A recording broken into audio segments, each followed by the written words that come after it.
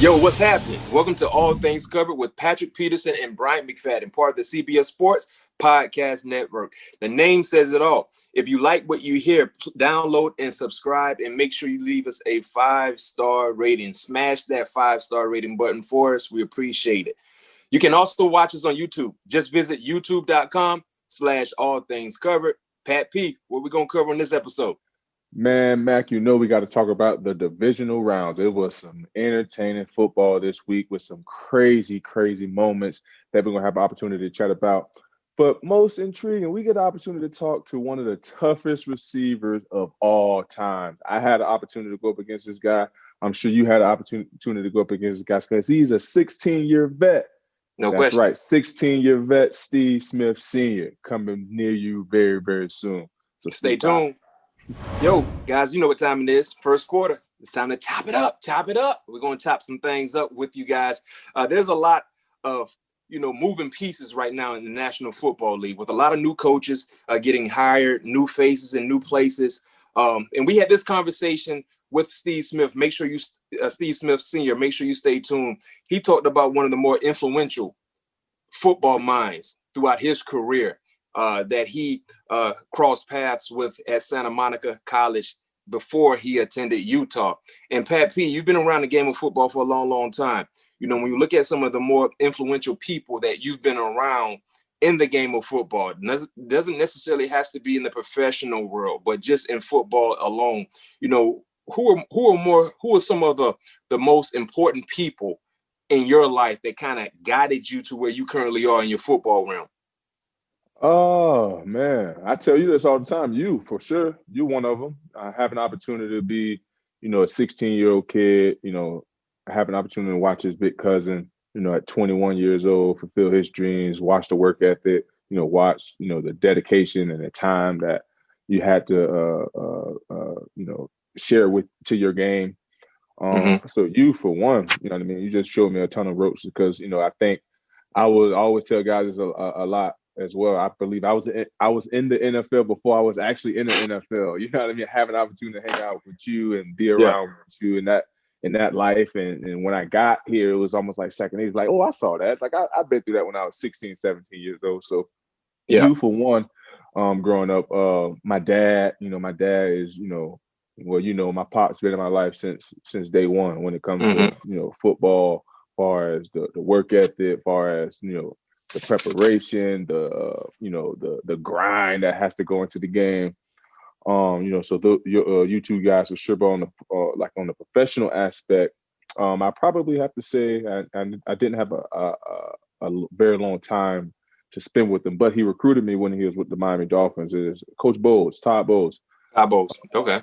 Yeah, I feel like Coach Bowles definitely helped me shape my game into what it is now. But Coach Bowles had the opportunity to coach me, year 3 and 4, and with Coach Bowles being, a defensive back, played at a high level in this league, and been around a lot of great defensive backs, and just gave me a bunch of nuggets on how to work, how to be a professional, how to study, how to practice, just small things like that. So. Coach Bowles definitely, I tell him all the time, every time I get an opportunity to see him, I just, I wish I get an opportunity to play with him again because Coach Bowles definitely, he's a special football-minded coach. And, I definitely cherish all the moments that we had the opportunity to spend together. Do you think Todd Bowles should be a head coach? Should he get another opportunity to be a head coach? I think he's interviewing with the Eagles, if I'm not mistaken. So. With the Eagles? Yeah. Really? Oh, they fired Doug? Yeah, they fired Doug Peterson. When that happened? Man, I was on vacation, man. I was in Vail, man, this weekend. When that happened? Man, they fired Doug, I think, last week, if not mistaken. Yeah. Oh, last Monday, they fired Doug. Y'all just heard it here first. P2 just heard it on All Things Covered. No question. You in off-season mode. I know when you get in off-season mode, man, you're going to be in the air more than you're going to be on dry land. So. Oh, man, how crazy is that, man? Hey, you were like, with the Eagles? Hey, that was breaking news, huh? No doubt about it. Boy said with the Eagles. Man. So, wait, Tyler, let's recap, man. What jobs are all open right now? I saw Atlanta just hired Arthur Smith. Arthur Smith. So Yeah. what The jobs? Jets. Let's go back. Jets. The Jets hired Robert Salah from I saw that. Yep. From the 49ers. Jacksonville got Urban Meyer. Oh, they did. Yeah, they got Urban Meyer also. Oh man, I knew Urban was talking about coming out of retirement. That's big. He going back to his roots in Florida. Okay. Detroit is looking like they're going to get Campbell, the tight ends coach from the Saints. Oh yeah, he's been interviewing a lot over the last couple. Chargers got Brandon Staley, the DC from the Rams. Oh, he came up quick. Okay. When you coach with Sean McVay, you're gonna come up quick. So that man, he came up quick. All right, and so the only vacancies left, the Texans and Philly. Okay. So you got Todd Bowles. He's interviewing with the Eagles. Man, I won't be surprised though. Is my man Eric from The Enemy? Yeah, is he interviewing? I think that'd be a great job. He's not gonna get a job. He's not gonna happen.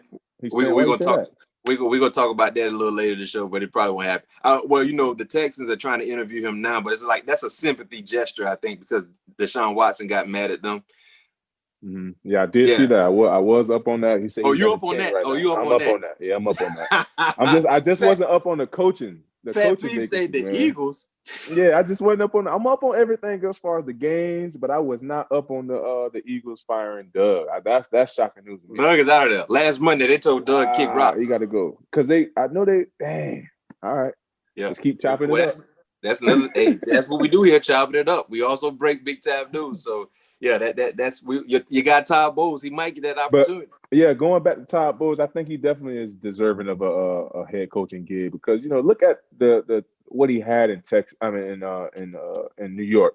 Yeah, the Jets. Didn't have much talent, but he still was able to make it. I think his last year was probably his worst year. Bit with a lot of injuries, but his first 2 years he was rolling. Mm-hmm. And he was rolling with what he had. You know what I mean? And we don't have to. Jamal actually told us a little bit, about the front office. So I heard a couple of stories too. I don't want to get into that, but that the organization was ran a little different. So I think Coach Bowles is definitely worthy enough for another head coaching job. Well, every day it seems like there will be some breaking news when it comes to these head coaching opportunities. So as long as you're here with us on dry land, you be cut up to speed. Just on the weekends, man. Weekends out the door, man. No doubt. Now it's time for Around the League. And like Pat mentioned, man, in the intro, man, divisional weekend was unbelievable. Yeah, it was a lot of top tier like football that I watched, that I know you guys watched, that are currently watching us here, All Things Covered, and listening to us. And the first game I would like to highlight, AFC matchup. Kansas City Chiefs hosting the Cleveland Browns. Kansas City won 27-17. They did not cover. They were given 10 points to the Cleveland Browns, and I picked the Browns to cover that matchup, and they came through for me. But one of the big 22-17, one of the big highlights in that ball game right before halftime, Pat, and I don't know if you actually saw the highlights or not. Rashard Higgins, they were driving. The Browns were driving. I think at that time they were down 13-3. Yeah, I think it was 3. Yeah, 13-3. 16-3. They were down 16-3. And remember, like I said, they won the ball game. Kansas City won 22-17. They were down 16-3 right before half, and they were receiving the second half kickoff after halftime. The Browns were. Rashard Higgins, Hollywood Higgins is what they call him, big time contributor to the offense. Caught a pass, tried to extend, got hit by Sorensen. Ball goes out of the end zone. Automatic touchback.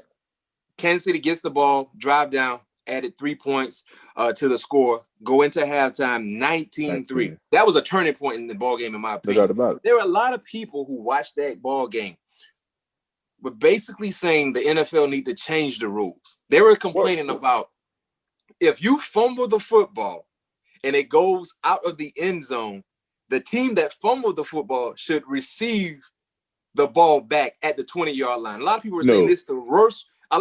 Hear me out. Folks are saying this is the worst rule in football.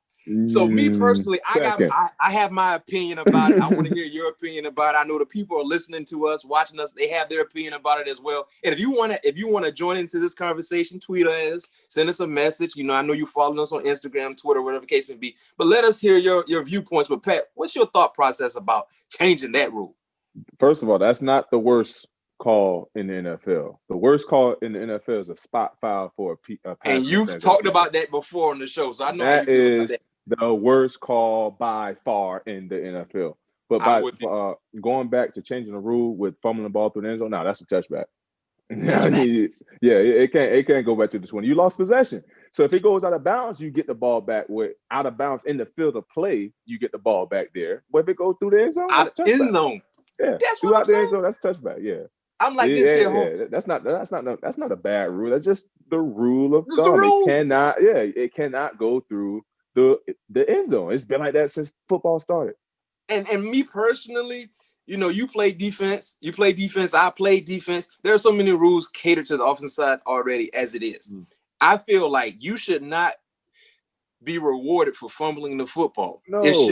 Especially if a defender knocked you loose from it was a great play by Sorensen. A hell of a play. If the ball goes out of the end zone, that's your fault. How the refs do it? Yes. If it goes out of the end zone, that's a touchback. Like, people are complaining about, they should change the rule. Why should you be rewarded the football back if you fumbled the football and it went out of the end zone? But there you go, Matt. That goes to show you the viewers, all they want to see is offense and all they want to see is points. Man, come on, man. Come on. Yeah. So why we don't have these discussions about, you know, the spot foul on defensive passing? They don't care anything about the spot foul. They want that. Hey, you broke it down so good. If a PI happens down the football field on the go ball, 40 yards down, why can't they just add it 15 or 10 yards? Like you broke it down. You broke it down as good as you could. Prime example last night, Tampa Bay, New Orleans game. I think it was Mike Evans, and I can't remember the DB. I think it was number 23. I can't remember who it was. Lattimore? No. It was Tampa Bay DB. I can't remember his name. But anyway, he was in the slot. I can't remember. I think it was Michael Thomas. But Michael Thomas clearly called. They called holding on the DB, but clearly came off the line of scrimmage, held my man face mask, got this man face mask all like this here. His jersey, the DB jersey's like this now, right? So now the DB's out of position. So now he got to get back in position to defend the play because the receiver, you know, manipulated his body to get in position or whatever. And it wasn't like no tug or no pull or anything. All he did was wrap him to get back in position to knock the ball down. They call holding. The DB he was dead. Murphy Button. Murphy Button was the DB that you're talking about. 23. And he was in great position. And all the receiver did was grab his face mask. And as he was grabbing his face mask, it came to like the top of his shoulder.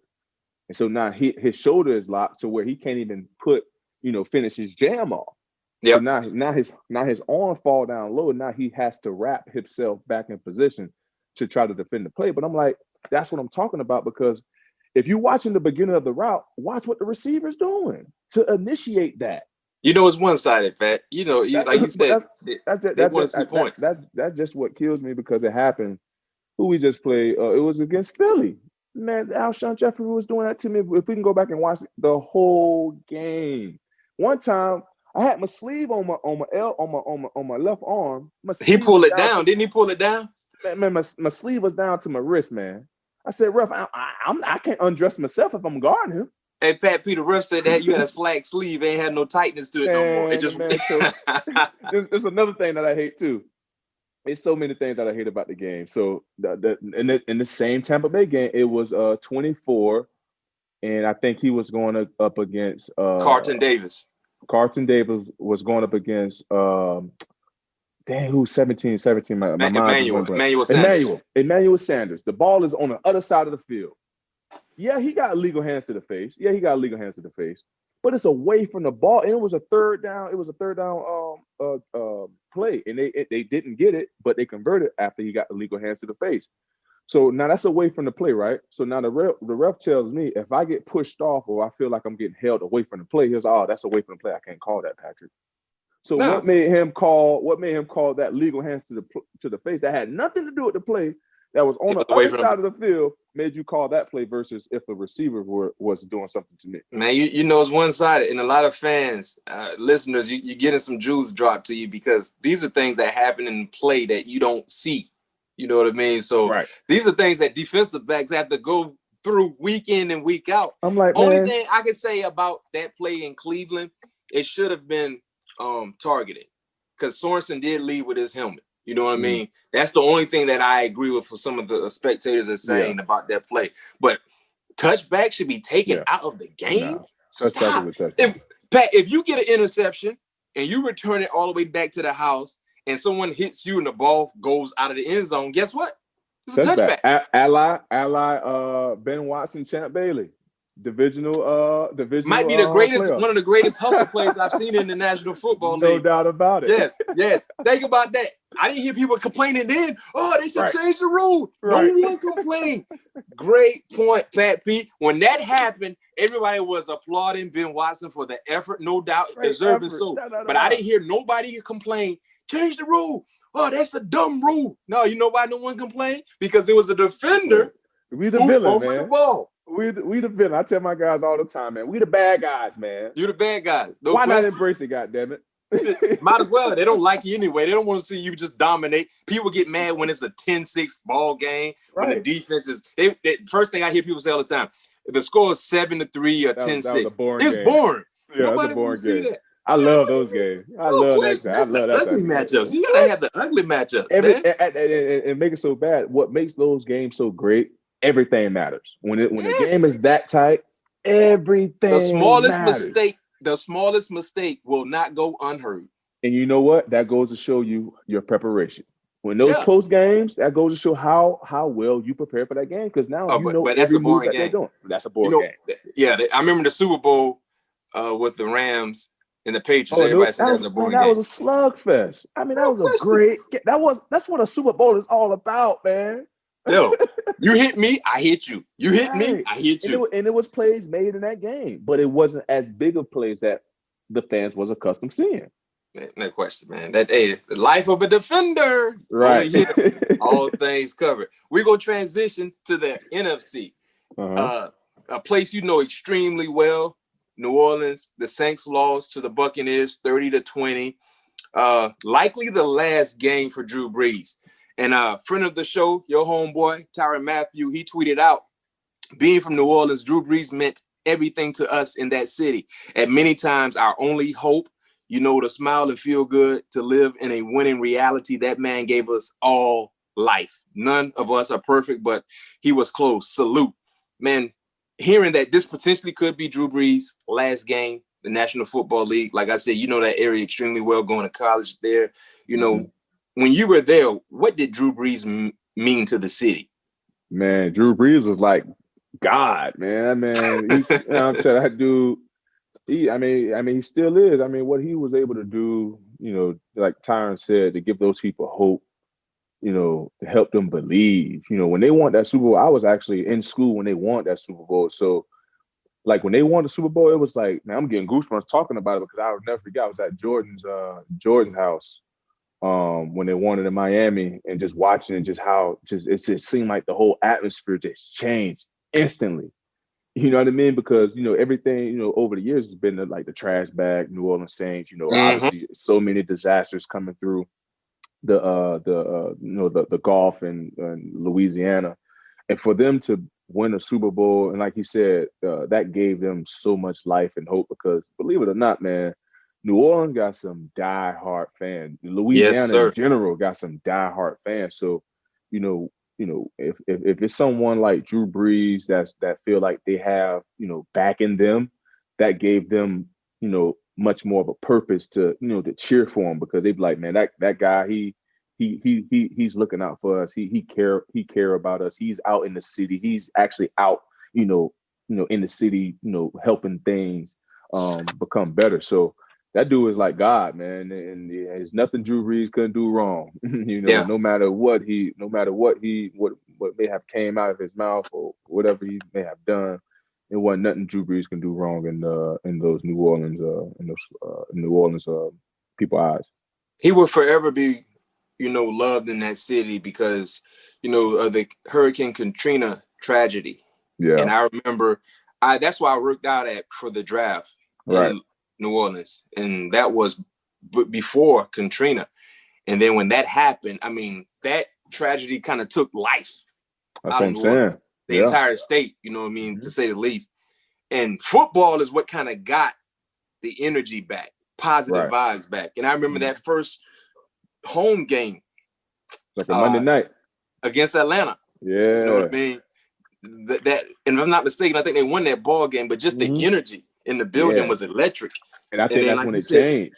Yeah, and eventually being able to win a championship for that organization and just miss the consistency. I think when I think of Drew Brees, his career, I think of probably one of the more efficient, accurate quarterbacks to ever do it. You know what I mean?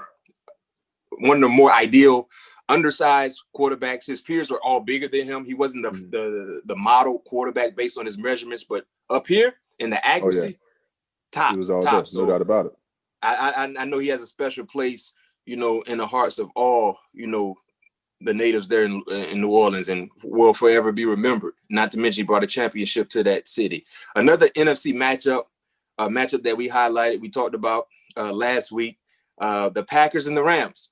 Mm-hmm. And the Packers were giving 6.5. 6.5. They were giving 6.5. That was another.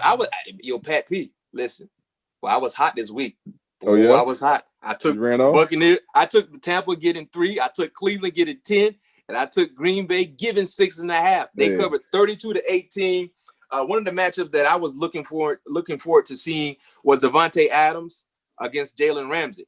And I don't know if you got a chance to. I did not watch that game, the entire ball game. But one thing that I highlighted in the discussion that I had, off record, off camera, that people were so hyped about this potential matchup one-on-one, Jalen, Davante. But I said the scheme would not provide those matchups to happen as much as you think, because they love to have Davante at number 3 wide receiver spot. He's always inside. Or the number 2. Yeah. And if he is to the number 2 to the strength of the offense, usually they will motion him back to the trip. Yep. And they did that a lot. And we didn't really see the matchup, the one-on-one opportunities like we thought we would see, the volume of opportunities. But I can tell you this much: Adams finished with 9 receptions for 66 yards, 1 touchdown. And the touchdown was basically a speed release. I mean, on the goal line, it looked like the communication was not there, because what happened was, let me break it down to you. They were in, I want to say 21 personnel. 21 personnel is basically 2 wide receivers, 2 running backs, 1 tight end, and 2 wide receivers, 21 personnel. And Davante motioned from the strength to the weak side to the boundary. They started in slot. No, he was to the strong. He was to the strong side. Yeah, pro. So they motioned the slot. But what happened was, I think it was 21. It could have been 11 personnel, 1 back, 1 tight end.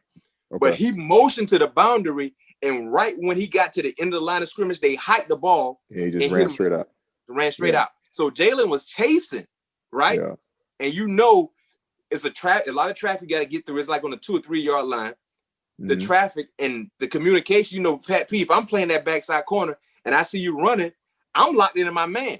Because if we hadn't talked about switching it, I'm gonna stay in, and you just gotta fight through the traffic. But it seemed like it was a communication error, and that was the one big play that Jalen gave up. But in all, it was a pretty good matchup.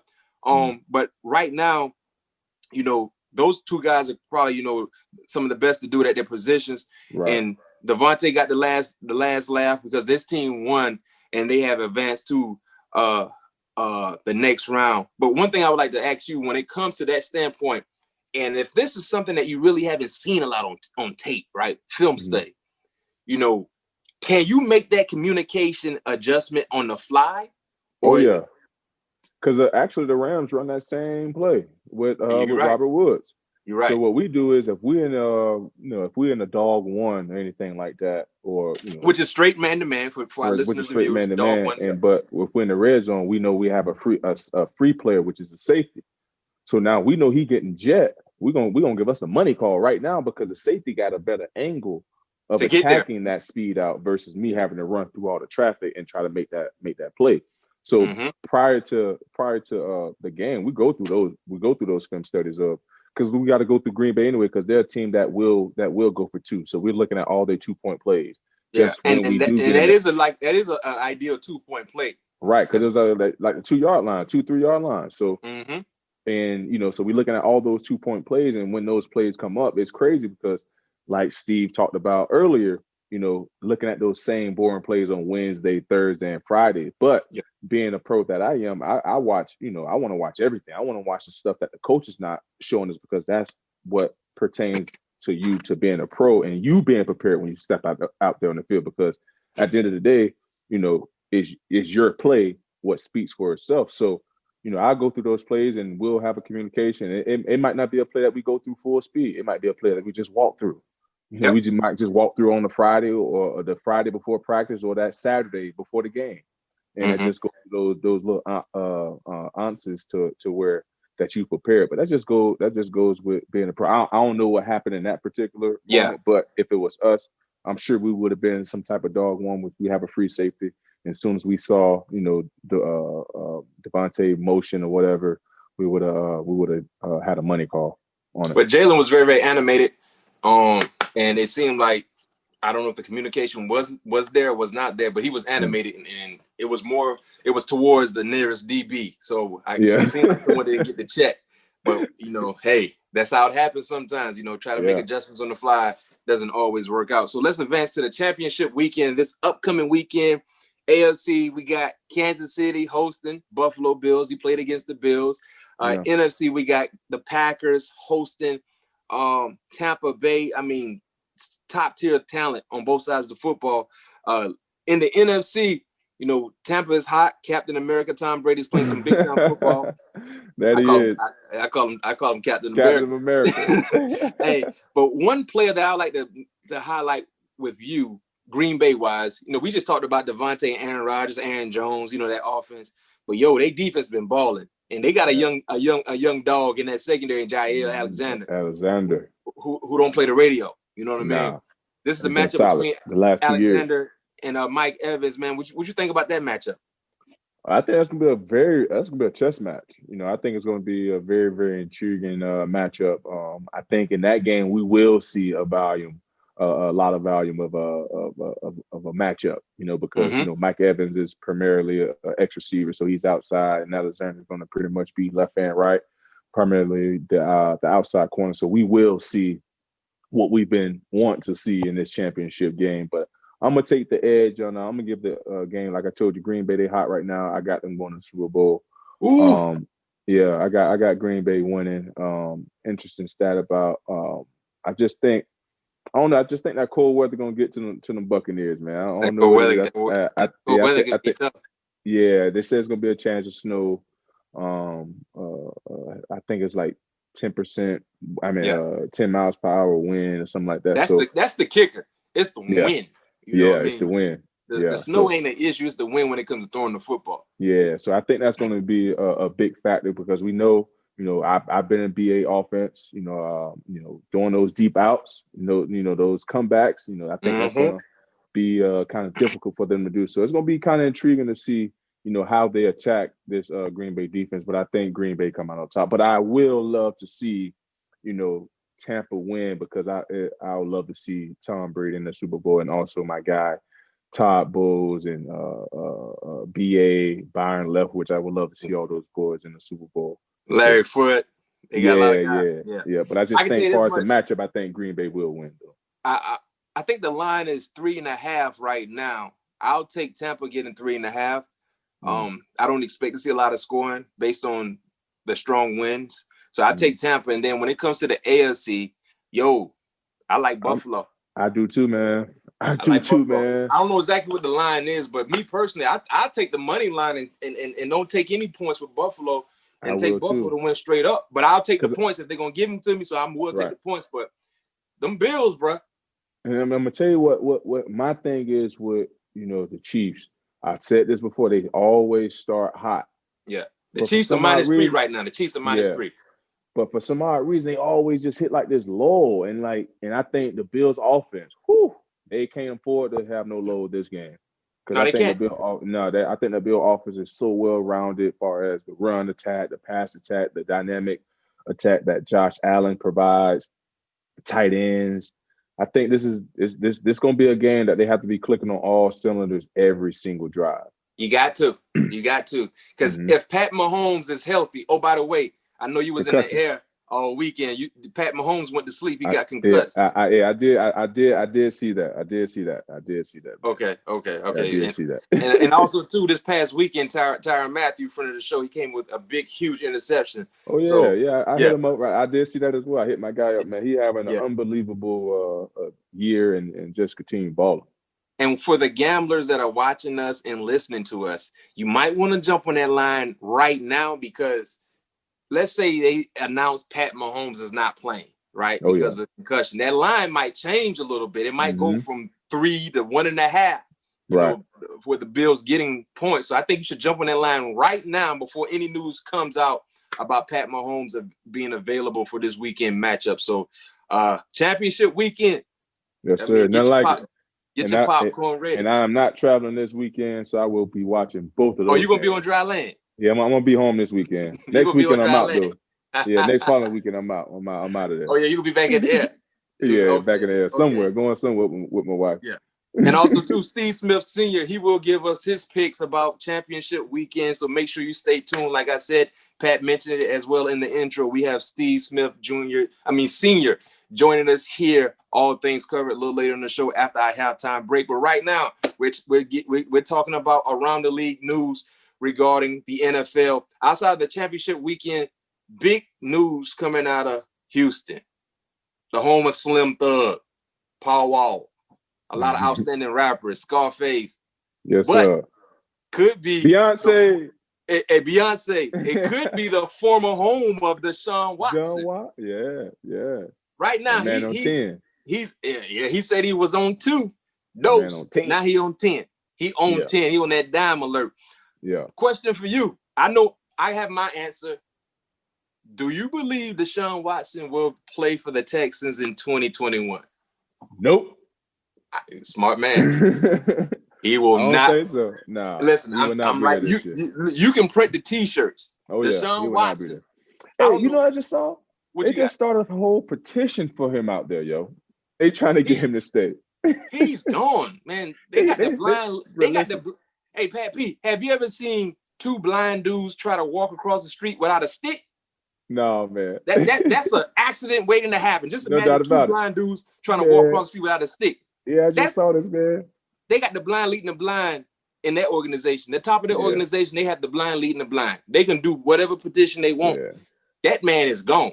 Yeah, man, he out of there. I don't know who he's gonna play for, but hey, I won't be surprised though if we see him in the 49ers uniform. No, listen here. Oh, I'm gonna knock my camera over. I'm sorry. But listen here. Hey, real quick, I'm gonna read you.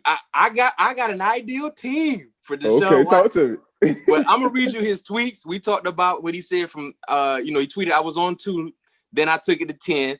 And that referenced his anger level. He was hot when they traded your new teammate, DeAndre Hopkins. That pissed him off to some degree. Adam Schefter tweeted out, there's a growing sense from people in and around the Texans organization that Deshaun Watson has played his last snap for the team. It's early in the offseason. There's a lot of time left, but Watson's feelings cannot and should not be underestimated. He's reportedly upset with the Texans over several issues, including lack of involvement, in which they promised him lack of involvement and input when team hired new GM. And he also has a no trade clause in his 5-year, $156 million contract he signed last year. So he won't get traded until he said, yeah, I'm okay in being moved. So you said San Francisco, right? Yep. I know a lot of experts, a lot of people are saying Miami, right? I got a better destination for Deshaun Watson. Talk to me. What better place would you Atlanta want to see him thrive in than the media capital of the world? Okay. New York City. The Jets. To the Jets. And here's my logic with the Jets. Hear me out. You know they're going to want a handsome ransom for Deshaun Watson, right? They're going to want a lot. There are not a lot of teams that have the resources to be able to provide what the Texans would look in return in moving Deshaun. The Jets do. And I know Miami do, but I don't think Miami want to give the Texans everything they're asking for. Mm-hmm. The Jets can give the Texans this year the number 2 pick, right? Mm-hmm. Number 2 pick. Remember, the Jets have 2 first-rounders because they get that first-rounder from Seattle in the Jamal Adams trade. So they still got a first round in the 20s, or whatever the case may be. You give the Texans number 2 pick. You give the Texans a first-rounder next year because they will have 2 first-rounders next year because the Seahawks gave them 2 first-round picks. So they got 2 first-rounders they can give the Texans. This year, a top 3 selection. Next year, we don't even know what that pick would be. And Sam Darnold. So you basically giving the Texans 3 first-rounders. Sam Darnold was a top 10 pick, or 2 years ago, whatever the case may be. You give up the number 2 this year. Next year, first round. Next year, and if you want to throw in a 3rd or 4th, whatever the case may be, so you essentially give them 4 picks that are all high-rounded guys in return for the services of Deshaun Watson. How that sound? Hey man, that don't sound bad at all. But I think it has to come with. Oh, who's their coach again? Who they hired? They got Salah. Salah's from San Francisco to San DC. Francisco. Oh yeah, Robert. Robert. Yeah, I think it goes. I think it's gonna come to who they get in there calling the plays. And I think that's gonna be big. Oh, he brought. I thought he brought LaFleur. I think the passing game coordinator from San Francisco. So if he gonna run anything like Kyle Shanahan runs in San Francisco, you put Deshaun Watson in that type of offense. Oh yeah, lights out. Mike LaFleur is the guy. Yeah, Mike LaFleur. That's old boy. Brother. Yeah, and then plus they've been coaching together for forever, for a long time. I think that'd be a great pickup for the Jets. I think that really would for to go into the media capital. Man, and I heard Deshaun like New York as well. So this is what I would do if I'm the Jets. I'll package up that deal because the man is angry. He's trying to James Harden his way out of Houston, right? Hey, so speaking of James Harden, that was breaking news to me. I saw it, man. I'm on my ESPN app, right? Yeah. James Harden 32 in the Nets debut. I said, what? Yeah, he had a triple-double. Yeah, I saw that. I was like, man, what the hell have I done? Pat P, when you in the air as much as you be in the air sometimes, you might not get all the updates. You got to be on dry land. You got to be on dry land to get some updates. Man, my Wi-Fi ain't working properly, man. My Wi-Fi, he got traded Wednesday, so you didn't know he got traded until after he played for the Nets. Yeah, so I got to Vail Thursday. Yep, and I saw the joint the Friday morning. I was like, what? I said this got to be like a type. And I've been hearing about it, but in the off season, man, I be with the family, man. The TVs don't be on. I get an opportunity to decompress a little bit. No question. Go get some ice cream. Yes, sir. That's what we do and get our nails done. No question. So I think that would be my ideal spot for Deshaun. I like that. And also too, you got to look at they got cap space. So I could be. They got this. If I'm the Jets, I trade away the number 2 pick. I still got a first round on the back end, but money wise, I go get Kenny Galladay. Happens you got to get a receiver. Or Allen Robinson, right?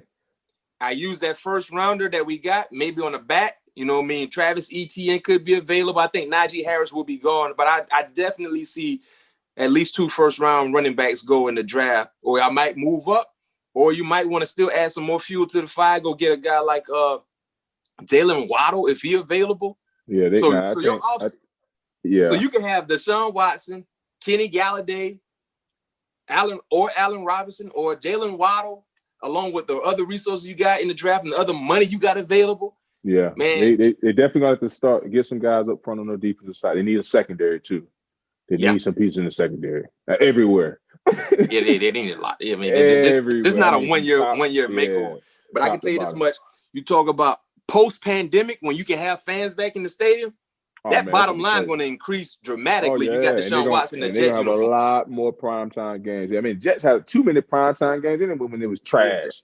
It happens when you play in New York. You already know what that is. No doubt about it, man. The perks of where you play. The perks of where you play. Hey, well, we just went through all the top news that happened this past weekend. And guess what? You guys weren't just fulfilled in on some of the breaking news. Our very own Pat P. Pat P was filled in as well, not knowing Doug Peterson got the axe and freaking James Harden forced his way out of Houston. Right before we get to halftime, I want to definitely inform you guys, all our listeners, fans, viewers, make sure you tap into CBSSports.com ATC giveaway. We're giving away some nice gifts. The show, All Things Covered. We're giving away a 50-inch TV, a freaking foot massager. Man, I love getting my feet rubbed. That's a real good. You know, that takes me to a place of tranquility when I get my good feet rubbed, my calf muscles, and my Achilles. Hey, but we're giving away a foot massager along with some other outstanding gifts. I think the gifts, they add up to be around $1,600. CBSSports.com/ATC giveaway. All you got to do is go to the website, tap on the link. You must follow our social media sites to be able to apply to get any one of those outstanding gifts that I gave you. The link is in our description as well. So make sure you take advantage of this opportunity. We will be giving away some other things as well. I know the Super Bowl is right around the corner. I know me and Pat P may sign some footballs or maybe give you guys some Arizona Cardinals memorabilia. I might give you guys some Steelers memorabilia as well. But stay tuned. We will continue to do this, especially with the Super Bowl right around the corner. But right now, we're giving away a 50-inch TV to put in your living room, put in your bedroom. So make sure you tap in and try to get an opportunity to win that as well. Coming straight from All Things Covered. But hey, it's almost time for halftime. But before we go to break, I want to remind all our listeners and viewers where you can get more All Things Covered content, download and subscribe to the podcast anywhere they are found, including Apple, Spotify, Stitcher. Make sure you subscribe to our YouTube page. Please, our numbers are continuing to improve. We appreciate the support, but keep doing what you've been doing. Subscribe on YouTube. Just visit youtube.com/All Things Covered. Follow us on Instagram at All Things Covered Pod. Follow us also on Twitter at ATC Covered Pod. ATC capitalized along with the PM Pod capitalized as well. Now we're going to take a quick break. It's halftime, but on the other side, we'll be joined by Steve Smith Sr. Stay tuned. What's up, All Things Covered listeners and viewers? We're back from halftime. We got a chance to make a few adjustments. We also added a member to our team. We promised you guys early in the show another outstanding guest. You guys know how we do it week in and week out. We will be providing you top-notch guests every week. And like I said, we have an unbelievable guy joining us here right now, All Things Covered. Current analyst for the NFL Network, host of the Cut to It podcast. Subscribe now. You can definitely find it anywhere where podcasts are found, just like All Things Covered. 16-year NFL pro, 5-time Pro Bowler, 2-time first-team All-Pro, in the Carolina Panthers Hall of Fame, and one of the best trash talkers to ever do it, the outstanding Steve Smith Jr. joining us here on All Things Covered, man.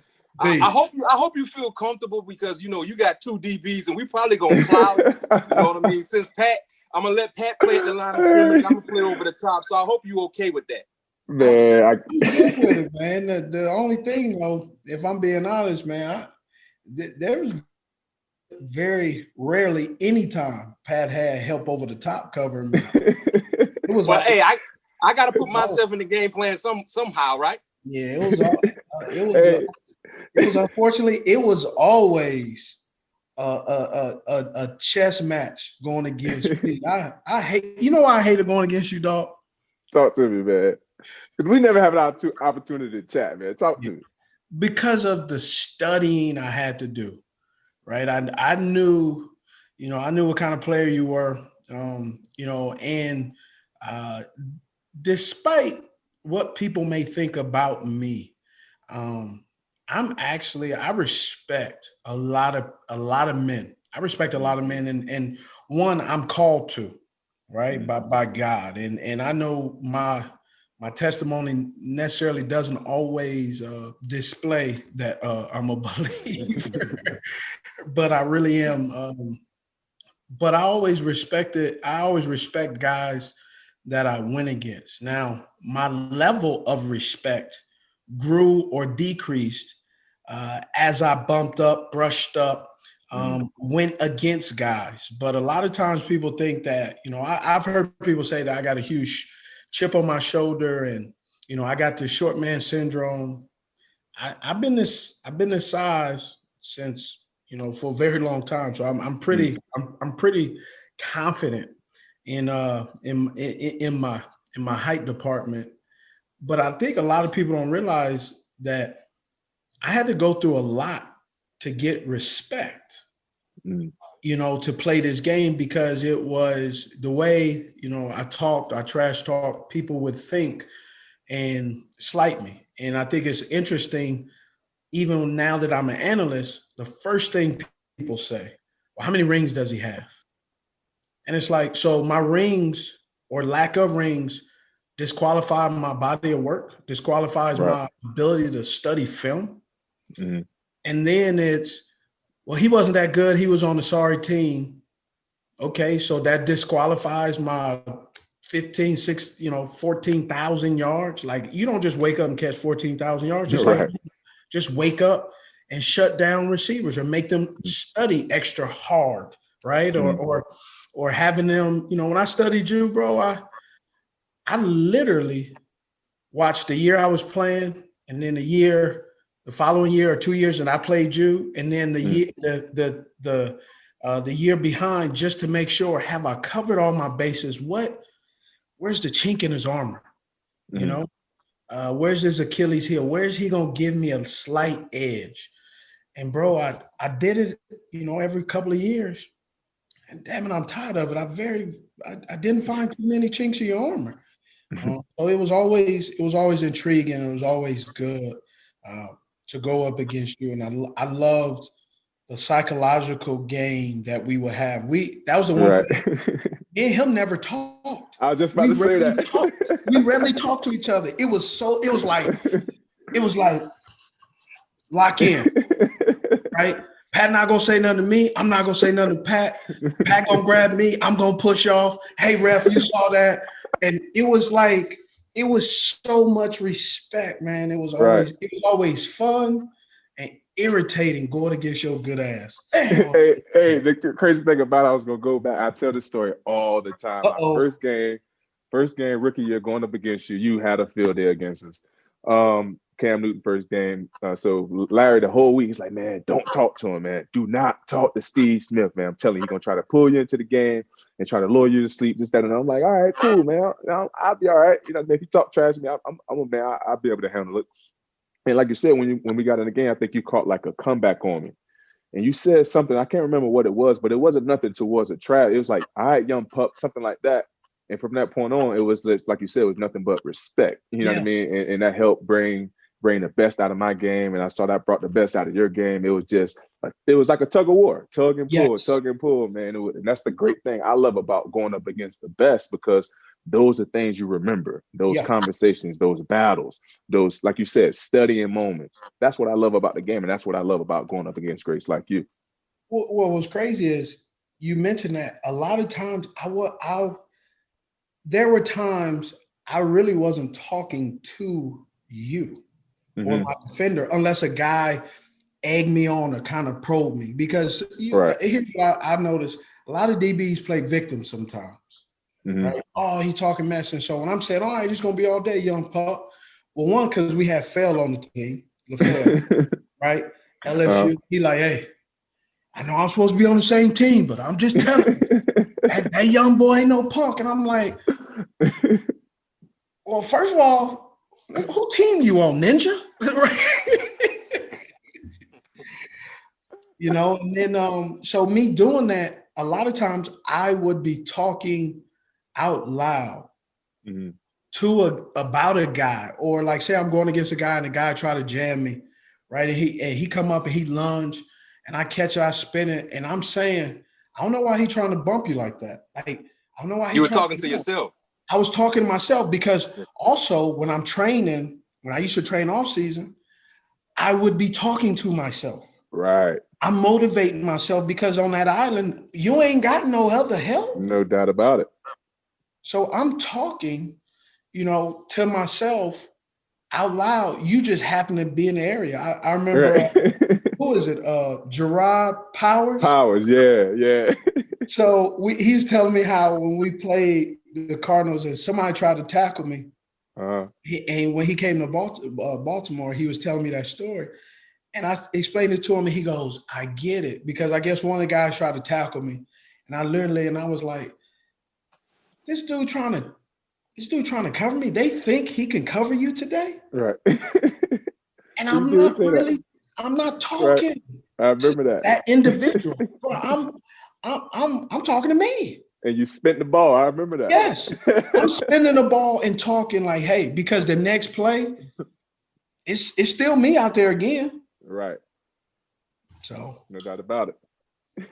That's what's up.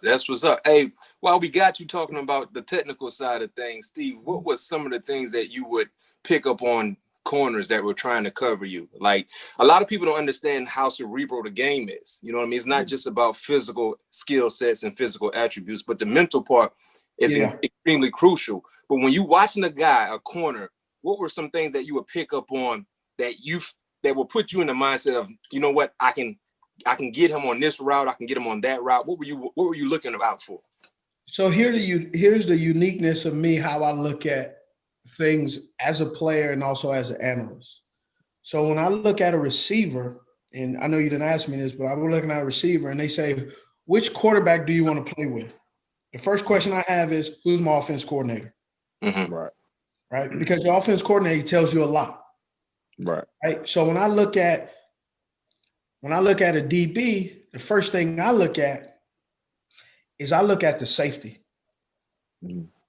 That safety is going to tell me what that corner is doing. Mm-hmm.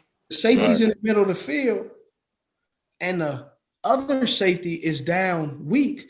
Well, that means I'm literally air quotes right now, man to man. Mm-hmm. Now, as they rotate and he rotates up, I'm still looking now. So I look at the safety, then I look at the linebacker. Mm-hmm. Then I look at the corner. And there have been times where I've told the corner, I know you're in cover 6, so come on down, brother. I'm disguising it. I already know what y'all doing. Right. Come on down. Come. Let's quit playing the games. Just come on down to right here, right? So that's what I look at. Safety, linebacker, corner. And then from that corner, but then prior to the game, I'm looking at the D coordinator. Is it a Leslie Frazier? Is it a Vance Joseph? Mm-hmm. Is it this guy who, what is this guy potentially? What does he run? What does he like to run? And then I know, the player that I'm going against, what is his attributes that, what is his good attributes that he's very good at, and what isn't he good at? Mm-hmm. Right. And then what route am I running? So a lot of times I would change up if I'm supposed to, like I played P and I'm supposed to run a comeback and I'd be lined up at the bottom of the numbers, inside the numbers, stem outside, run 18 yards and come back downhill straight back to the ball. That's illegal in y'all's world. Right. But that gets me to make you think. And if you think, that means you stop your feet. Right. Right. So just doing that. I know he knows that I know on old Carolina Panthers, 3rd and 18, 3rd and 15, 3rd and 10. What am I running? Base route. I'm running a basic, a deep end. I already know. So I would do the deep end 3 ways. 1, line outside, stem inside, straighten up, wiggle, go across the middle. Yep. Actually 4. So then I do that Cadillac turn. Mm-hmm. I hit that thing about 16 yards and I'm humming. Just rolling into it. Yeah. Just rolling into it. Hit me before the hash. Because if it ain't, I'm tackling the interceptor. I'm not I'm taking that head hunting. Right. Uh-huh. Then the other part, I'll line up inside, stem out, straight up, wiggle, because I've already gave him a corner. I was just about to say that. I used to run 7 comebacks too. Exactly. Bang. And now I can run inside. So I break all the rules that all these coaches have taught. Right. And then I'll just line straight up, run straight at him. He looking at me, I'm looking at him. He's like, what are you running? Oh, in. Mm-hmm. So, so I would, and how I was able to do that is I learned, as long as I keep the integrity and the depth of the route, I can run it from anywhere. Right. And I run. I've run a curl. I've run a curl by stemming it outside, coming back, straightening it up, and running back to the quarterback, pushing off on P, catching it. He's looking at the referee, and and he'll be like, "All right, I got you." Hey, right? Speaking of that, man, you probably don't remember this, but it was second quarter going up against our sideline. It was like 3rd and maybe 5. It was 3-by-1 trips to the backside. Me and you down at the boundary. Joe Flacco gave you some center. I can't remember what it was, but you ran a stop. But like you said, you stemmed outside, and Alec was going to run that goal and came back down. And I kind of like tugged your 9 on your jersey, and I broke up the ball. He was like, "Ref, he yelling at me. He yelling at me. Just see, he yelling at me, man." Absolutely. But that just goes into the tug of war of the game, man. Oh, absolutely. Oh, dramatic. Oh, so I'm straight light skin. Hey, man, I love it. Hey, well, so Steve, we're gonna move on a little bit about different scenes of football with me and Mac being from South Florida and you being from the West Coast. What you like? Talk to us about the scene of that LA football, man. Well, I mean, it's back in the mix. LA has always been a staple of entertainment, and now you have football. But the thing is, they got to win. Yeah. Right?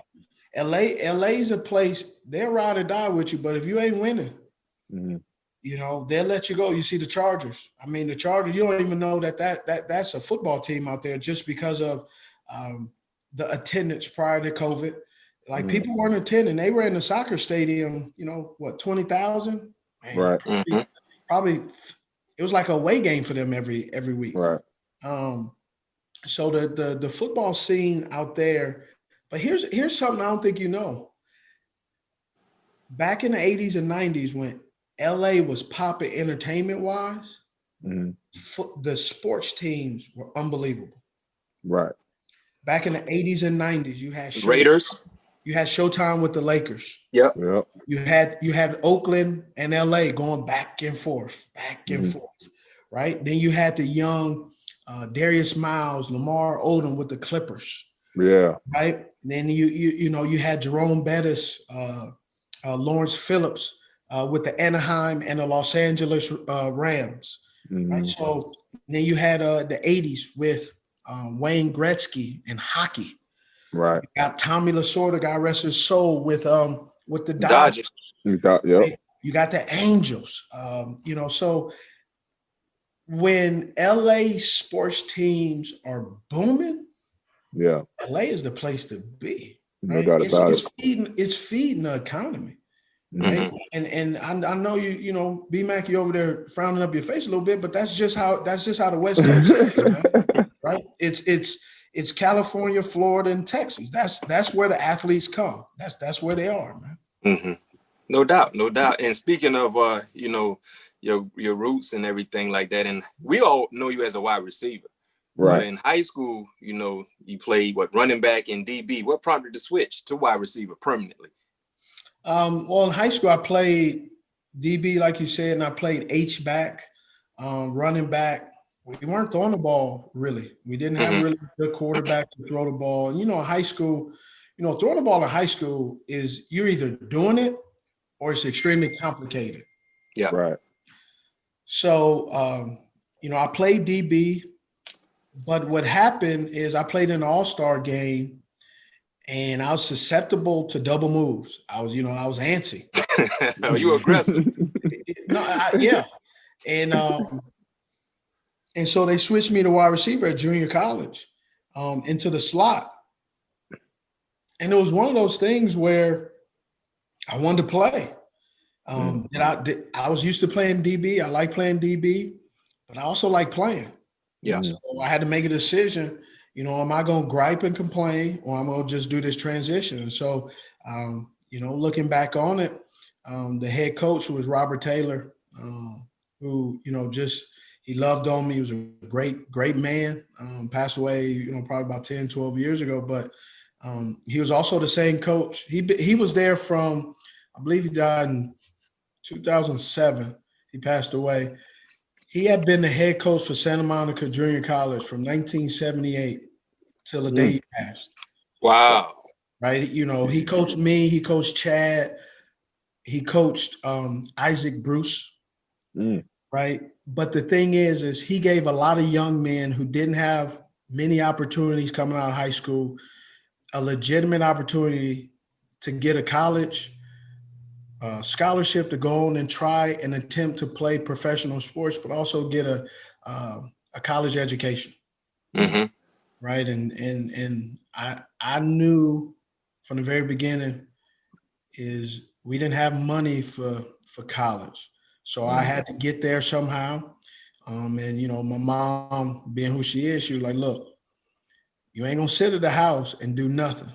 You got to either enroll in school or get a job or move out.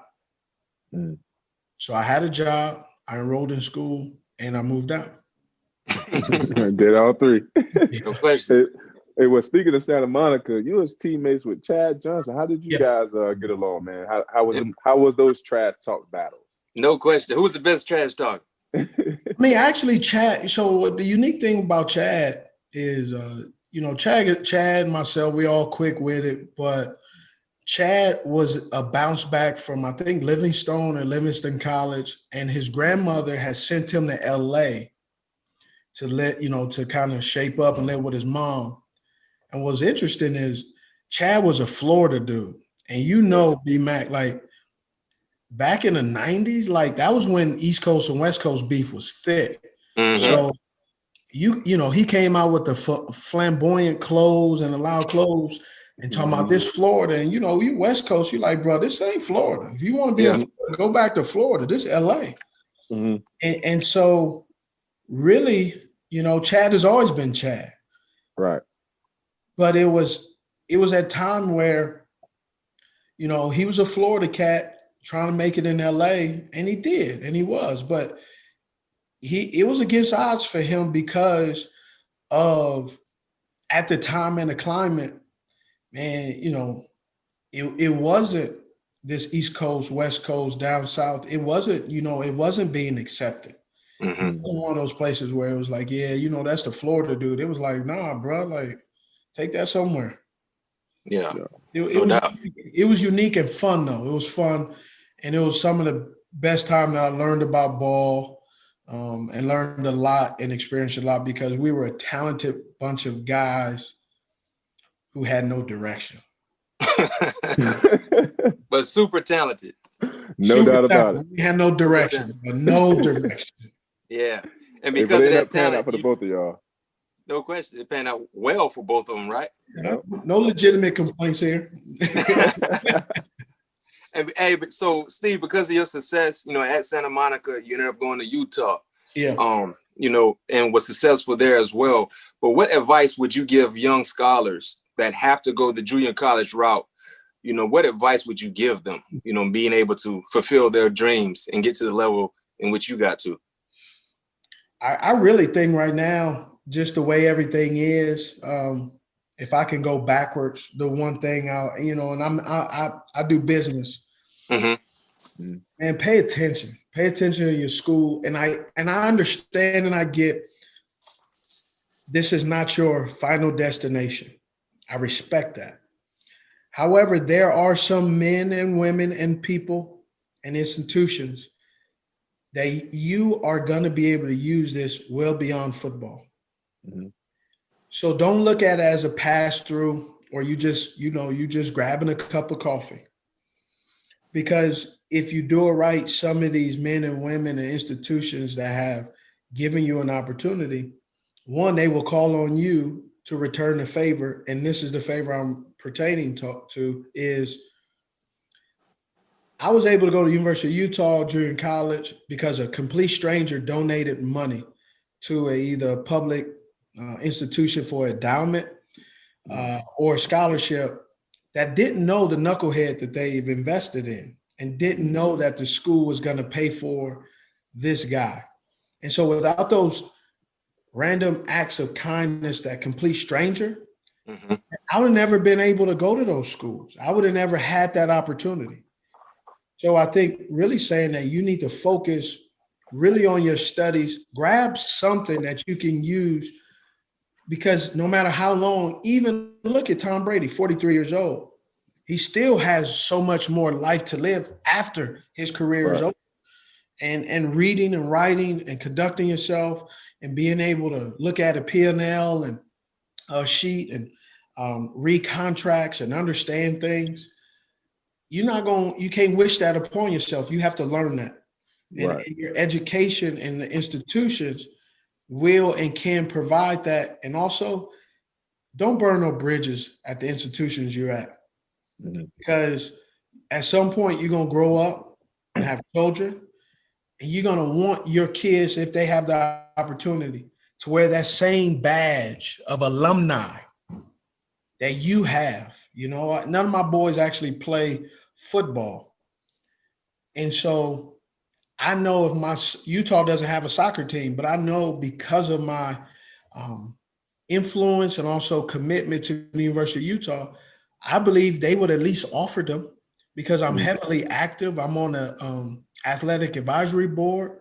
I'm always involved. Every time I go to Utah, I'm always stopping by, just seeing how things are, stopping by practice, saying hello to the guys. I'm never too big or too important to go back there, because I love the fact, when I get up on a Saturday morning, one of my kids is wearing a Utah shirt that the school sent me, right? Or football. We play fetch with our dog, and we use one of the kid footballs that used to be one of our kids. Man, for me, that's priceless. That's what I love about it. That's what I have so much pride for my school, even though other guys may not. They're like, oh, that's Utah, but Utah chose me. Right. No doubt. And man, speaking of priceless moments and cherishing, people, your third year you made it to the Super Bowl and came up close against the New England Patriots. Yeah. How much did you cherish that group in that season? I didn't cherish it as much as I probably should, because I'm so goal oriented. That I was focused on hey, we need to do this so we could be ready for the Super Bowl or the NFC Championship game or the divisional game. Right. So I didn't really appreciate that much because just the way I was, my makeup. But like everybody else, I thought this year we make it. We'll be back next year.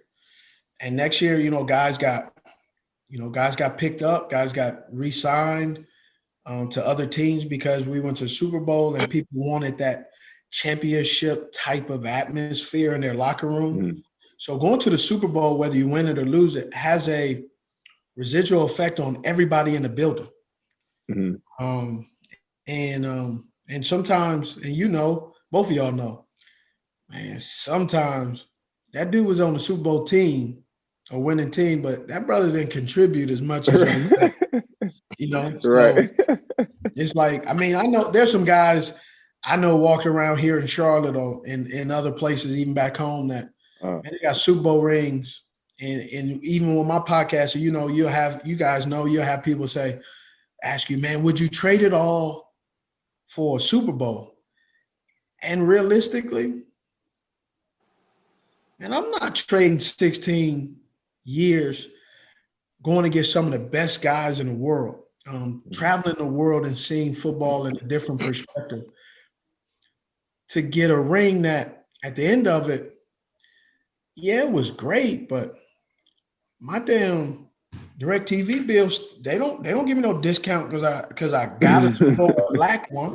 It doesn't change. So at all. I mean, it's one of those things I appreciate more of what I got to experience. And I didn't get the experience of winning the Super Bowl, but I got the experience of a lifetime that I wouldn't change a dude winning 2 Super Bowls, playing for 10 years, starting 5 and riding the bench for 5 more. I'm good. Right. Well, after that Super Bowl run, expectations were extremely high, for the Panthers and for you as an individual. But you had an ugly season-ending injury, right? And then in 2005, man, you took over. I think you led the league in receptions, receiving yards, receiving touchdowns. Yeah. Only Jerry Rice and Sterling Sharp, the only 2 other pass catchers to do that, wide receivers to do that. So what clicked for you, Steve, mentally and physically coming off that season-ending injury in 2004? What clicked for you in 2005 to be able to dominate like you did? Well, one of the interesting things is when I broke my ankle, that's when they didn't have the IR designation to return. Mm-hmm. So they kept me as injured, and then at some point they had to make a decision that I can't come back, and so they had to put me on IR. And what was really intriguing was I broke my ankle, tore the ligaments in the inside and outside, and it was a long, agonizing healing process. I wasn't allowed to rehab till the next year. So I had to have I got screws and then sewn up my ligament. So I had the healing of the break and then the healing of the torn, repaired ligaments. Mm-hmm. What really triggered it is Musa Muhammad, great friend of mine, big brother. Man, he was balling, and the world kept going. Mm. They started losing the 1 or 2 games I was gone, but then after that, they went on a run and missed the playoffs. But I was like, man, I'm not that valuable. Mm. And so when I was able to start training, and I trained with my guy, it's like, no, they're gonna miss me. Like the next time I get injured, there's gonna be a glaring absence when I'm not there anymore. And at the time, I was about 2 years in I had my own sports psychologist that I had hired, who was a golf guy. And so I was doing sports psychologist back in February 2020 or 2002, 2003. Mm-hmm. I had 6 or 7 months of just talking about about daily, monthly, short-term, long-term, lifetime goals. So what really clicked for me is this wasn't just a lifestyle. It was who I was professionally, in a way of, we're not just here to run routes. We're just not here to catch passes. And we're here to play. We're here to, I don't really like using the word career. I use it as a job. And the reason I say job is, I know it is a career, but I meant job is like, now as an adult, I hear, as a dad and all that stuff, I hear, a job is where you clock in. But for me is, none of the folks I grew up with had the kind of job that I had. A lot of them were, they worked, they clocked in, they did their job, they didn't really respect it. But for me, like, I never really had a job. I worked at fast food. But so when it clicked a career and job, man, I looked at ball different. I approached it differently. I approached practice with so much intensity. I approached the game with so much intensity.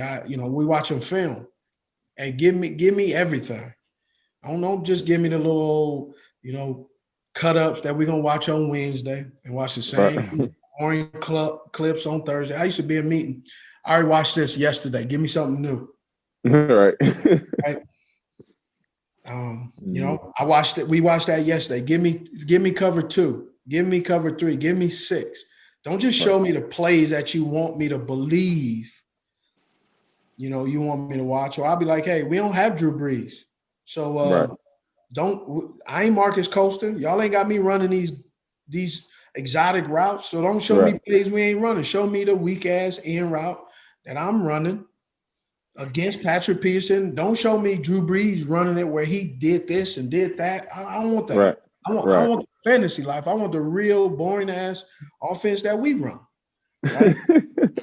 And I would challenge the coaches in that way, because one, if you're a player, you just sitting there, you go, oh, okay, this is what he's supposed to do. And then you get in the game and he does something different. Right. And now you stuck like Chuck. No and then you ain't very good. Right. Yeah, the coach ain't gonna be out there. Yeah. Yeah, I gave him the info. Coach ain't going, Yeah, we didn't really show him that, Right. so it's my fault. That's what comes to being a pro. Yeah. It comes with being a pro, man. Hey, but with you making the transition over to the media, we had a little bit of time to chat about it before we started the show. How do you approach carefully critiquing the players in the league and the people that you've known for a long time? Well, I mean, I approach it the same way. You play well, I'm gonna say, man, I love watching them play. Mm-hmm. But I gotta call you out if I got about 3 or 4 accounts where I can get statistics. And if I'm sitting there watching you play, and yeah, you got 5 picks for the year, but when targeted, your target percentage is 67%. Mm-hmm. Bro, 67% when targeted? Yeah. That ain't balling. Right. Where I'm from, we call that a prom date. Right? Why you call it a prom date? Hey, you know why you call it. Listen, okay, how about this?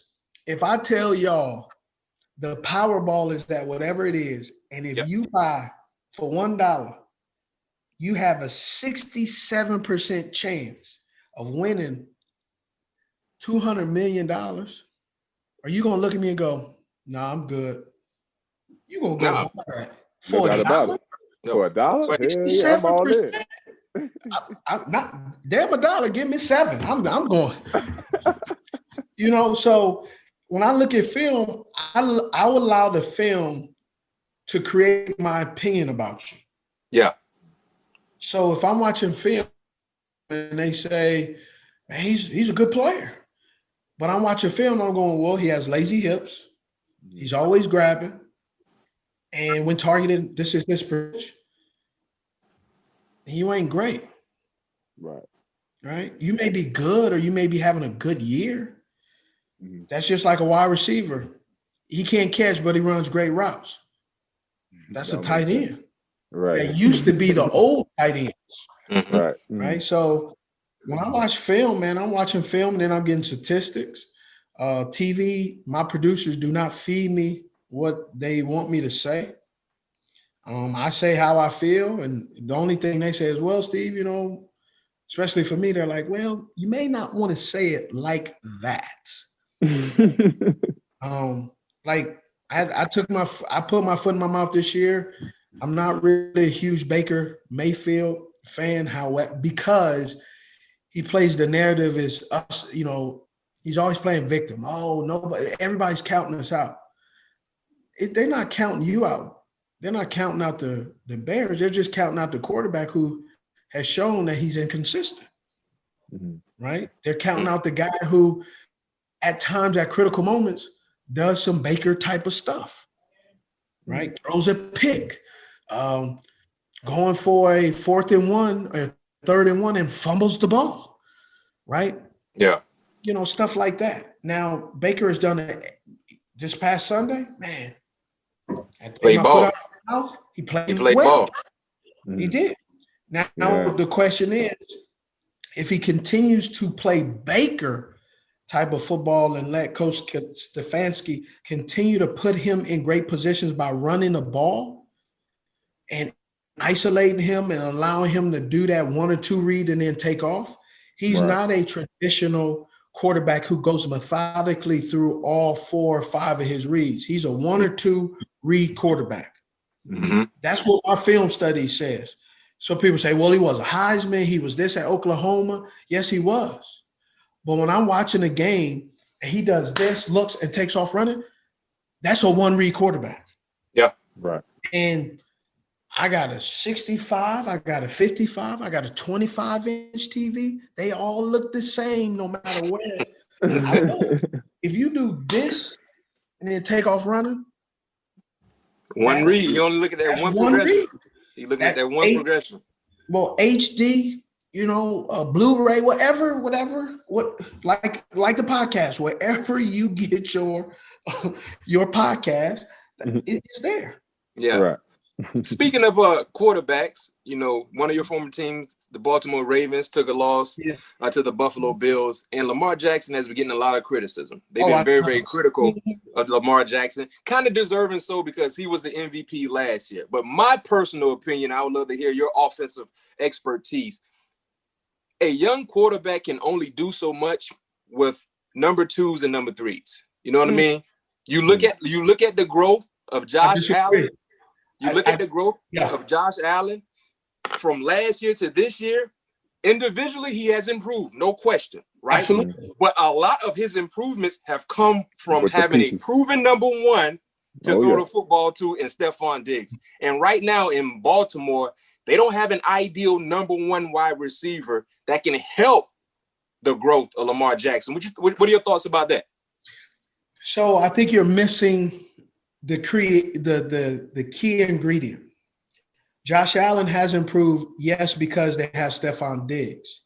However, you didn't think Stephon Diggs would lead the league in receptions by the way he played in Minnesota because of the creativity of the offensive coordinator. Right. So when I look at Hollywood Brown, who when they drafted him in the first round, he was maybe 110. That's like after Thanksgiving, right? However, when we watch Hollywood Brown in Oklahoma, he was running all over the field. Right. The Baltimore Ravens start their receiver, first of all, is their tight ends coach is Bobby Ingram, former wide receiver for the Chicago Bears, the Seattle Seahawks. Yep.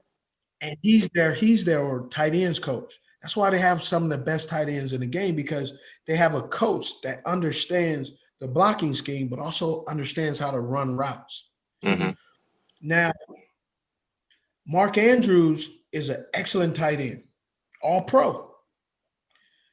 But when you pair him with Hollywood Brown and Lamar Jackson, and if you go back and watch the film, Buffalo is in zone coverage and they're running 2-man routes. They're running, which I didn't understand. Right, a tight end and a speedy young receiver, and they're running zone coverage. And you wonder why Lamar can't throw it, because one, no one's open, and it's not because those guys can't get separation. You're not putting them in a good position, right? Utilize what Hollywood Brown did in college. Mimic that. You've mimicked what kind of offense you run for Lamar Jackson. So mimic the same passing game to help your young wide receiver who's light in the pants. Get him in motion. Get him running some flares. Get him out in space and allow him to utilize his speed. But they don't do that. What they're doing is they've created an unbelievable run game, but a average pass game. It's elementary, to be honest. I agree. So you're saying it's more scheme than anything? I'm saying it's everything. Because if you got a Phillips head in Hollywood Brown, but you got a flathead screw in the passing game, they don't mix. Is that screw going to screw in? No. You can try to strip it, but it ain't gonna work. It ain't gonna work. And guess what? That's what happened with them. And they're saying, well, those guys don't get separation. It doesn't matter if you got Jerry Rice out there. At some point, Jerry Rice needs help getting him open when the defense has a pretty good plan against you. Yeah, no doubt. And that's the problem. And Lamar is in this place where they're making him one-dimensional, where we're going to stop the run, now beat us with the pass. Unfortunately, their pass game is suspect. It's simple. So I'm glad you said that. So I have a question for you. This is a $1 million industry, billions of dollars in the league, millions of dollars being made by the players, and you got a $5 route tree.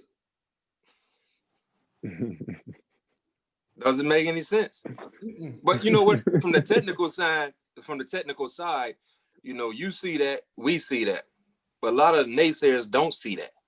You know what I mean? And they don't understand the game. You got a simplified offensive passing scheme, and you have a limited amount of legit pass catchers that help your quarterback. I mean, this upcoming season, I think they need to start becoming more strategic in their offensive game plan, and also acquire some guys that can help your young quarterback continue to grow. Like prime example out there with Pat Pete. Kyler Murray's a stud, but Kyler Murray is a better stud when he's throwing to DeAndre Hopkins. No doubt about it.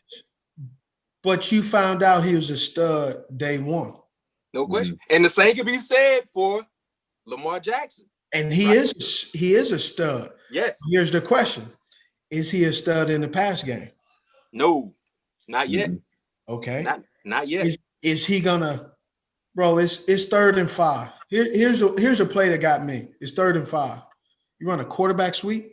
Oh man. Yeah. Oh man. And you ran that to the boundary. Into the boundary. Into the field. Into the boundary. You ran it to the boundary. That's how stupid. Right. So here's the thing. So you telling me when you drafted Hollywood Brown, you telling me that he couldn't win on a slant? Right. A slant? Or you going to speed out? A sprint speed out. A freaking That's whip, my whole point. Yeah, they ran that quarterback sweep to the boundary. I thought I was watching part 1 of football. Man. That's my thing. Like, but they're not gonna, the media isn't gonna ask questions like that. They're not gonna say, hey, did you think running a sweep to the boundaries was a smart move? They're not gonna say that. No question. They're gonna say, oh, well, the left tackle got beat and the left guard got beat. Well, of course he did, because they already ready and prepared, because they have analytics, they have analysis, they have scouts, and they have coaches that said, hey, when they come in this formation, boom. In this formation, I know it's to the boundaries, but they stupid enough, they're going to run it to the boundary. And when they said Hunt, they're going, they can't be running. They ain't going to the boundary. And that's what happens. No doubt, no doubt. Hey, Steve, so we about to switch to our superlative part of the show. We're going to hit you with rapid-fire questions. Okay. I want your honest, unbiased answer. So my number one for you. I'm always going to be honest. Oh, we already know. No that. My number one for you, top 5 NFL players under 5'10". Ever. Oh, ever. So my top now, I got to say, goes to the guy that I grew up watching him. He was on my recruiting trip coming out of college, Henry Eller.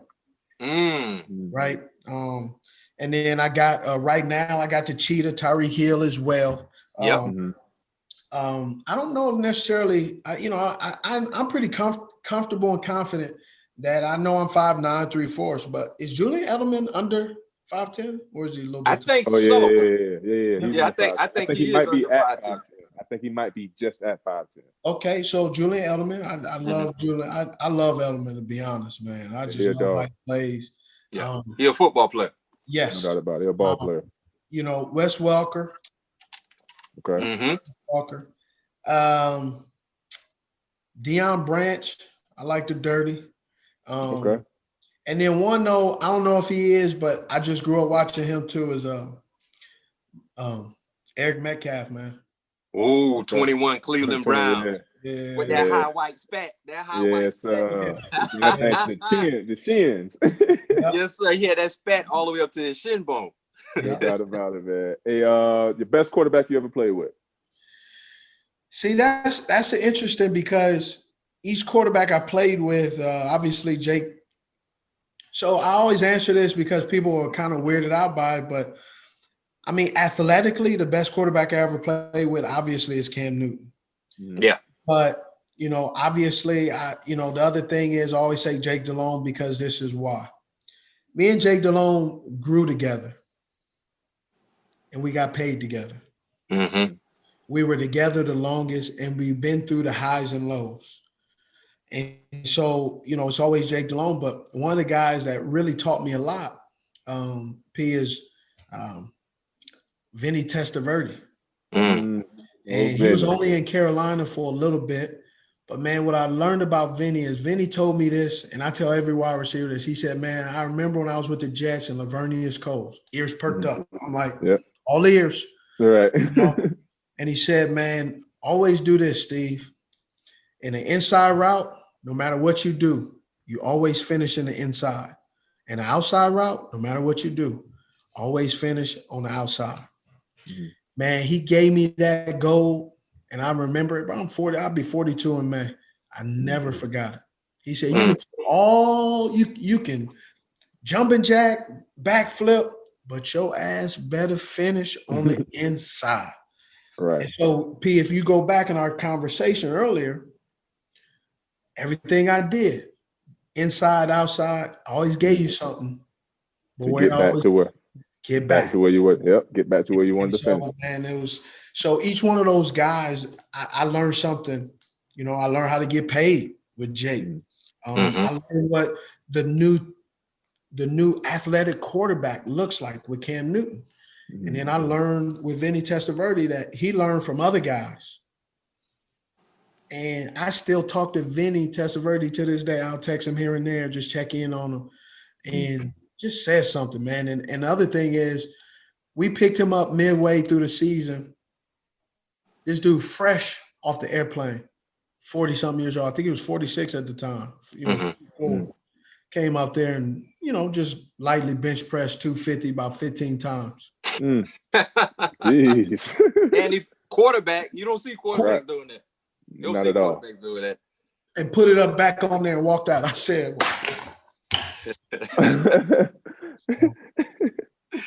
No doubt. Hey, that's a special specimen right there. You don't see quarterbacks doing that, especially at that age. Who would you on the field individually? Who would you consider was your biggest rivalry on the field individually as a matchup?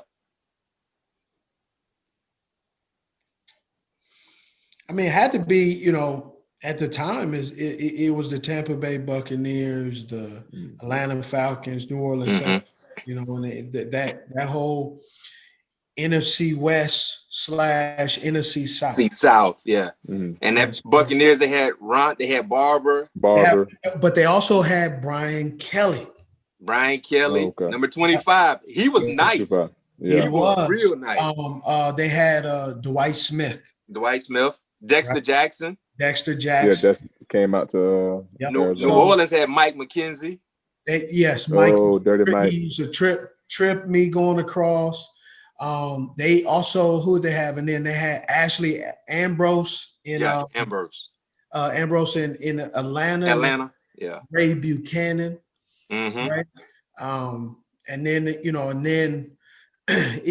was a lot of different guys. And